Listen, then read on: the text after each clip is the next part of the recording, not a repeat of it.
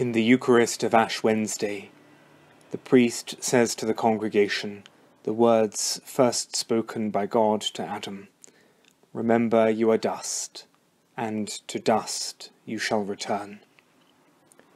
Most obviously, they stand for us as a sign of our mortality. When we strip everything away, the edifices we set up for ourselves, our social conventions, even our life itself, we are left with a great sea of dust, my dust, indistinguishable from your dust. We are bound together by our common humanity and our common fate.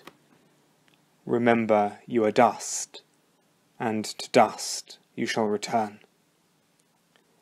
But that is only part of the story. For to say that we come from dust and will return to dust is not a fatalistic cry of despair.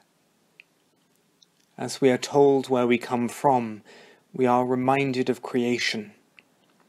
Everything comes into existence as God speaks. Then God said, "Let there be light," and there was light. And God said, "Let the earth bring forth living creatures of every kind," and it was so. But this is not true of human beings. God reaches down, and we are formed from the dust of the ground. To say that we are but dust is a reminder that we alone in all creation are lovingly shaped, moulded, pressed into the image of God, as if by a potter throwing clay. God reaches down into the dust, and from it we come into being. We see this same image in our Gospel reading. The woman caught in adultery is brought to Jesus, and clearly the Pharisees expect him to condemn her. Instead, he writes with his finger on the ground. For a second time, God reaches down into the dust. The Gospel does not relate what Jesus wrote, but it brings healing and forgiveness, mercy and compassion.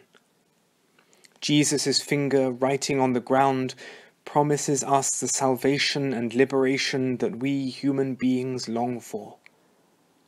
In the dust of the earth, we are reminded of where we are going. Remember you are dust, and to dust you shall return. Remember where you come from. Remember that you are lovingly shaped by your Creator, that you are made in His image, that you are dust touched by the hand of God, dust of infinite value and worth. Remember too where you are going.